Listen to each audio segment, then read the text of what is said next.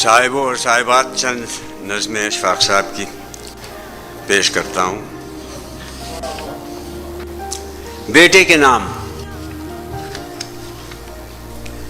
میں تمہاری آنکھوں سے وہ زمانے دیکھوں گا جو ابھی نہیں آئے، میں تمہارے پاؤں سے تیز تیز بھاگوں گا ایسی شاہراہوں پر جو ابھی نگاہوں سے مثل خواب اوجھل ہیں، میں تمہارے ہاتھوں سے وہ پہاڑ چھو لوں گا جس کو سوچ کر بھی اب سانس پھول جاتی ہے،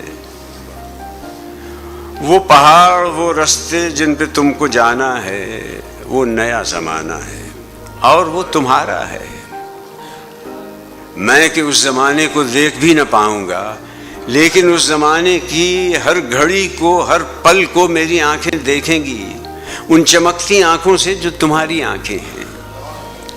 میں تمہاری آنکھوں میں پیار بن کے رہتا ہوں، نور بن کے بستا ہوں، خواب بن کے زندہ ہوں۔ میرے سارے خوابوں کو ان جمیل آنکھوں کے ایک گوشے میں تم چھپا کے رکھ لینا، اور اگر کبھی یہ خواب پھول بن کے مہکے تو ان کی خوشبوؤں میں تم میرے نام کے سب حرف احتیاط سے رکھنا، احتیاط سے رکھنا۔